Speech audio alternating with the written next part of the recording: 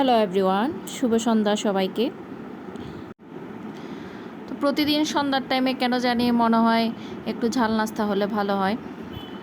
তো তো শুধু ঝাল নাস্তা না, মানে সন্ধ্যার টাইমে কেন জানি নাস্তা খেতেই ইচ্ছে করে।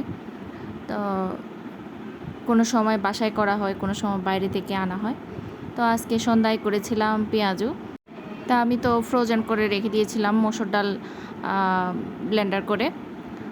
এরকম ব্লেন্ডার করে রেখে দিলে সুবিধা আর কি, যখন ইচ্ছে করে তখনই বের করে করা যায়। তো পেঁয়াজও বানানোর জন্য যা যা দিতে হয় তা দিছিলাম। কাঁচামরিচ, পেঁয়াজ, হলুদের গুঁড়া, মরিচের গুঁড়া, জিরার গুঁড়া, আদা রসুন বাটা, লবণ পরিমাণ মতো, একটু বেকিং সোডাও দিয়েছি। বেকিং সোডাটা দিলে একটু মুচমুচে হয় আর কি।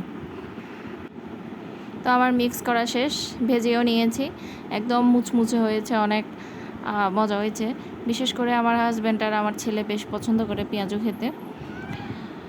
তা কার কার পছন্দ কমেন্ট করে জানাবেন।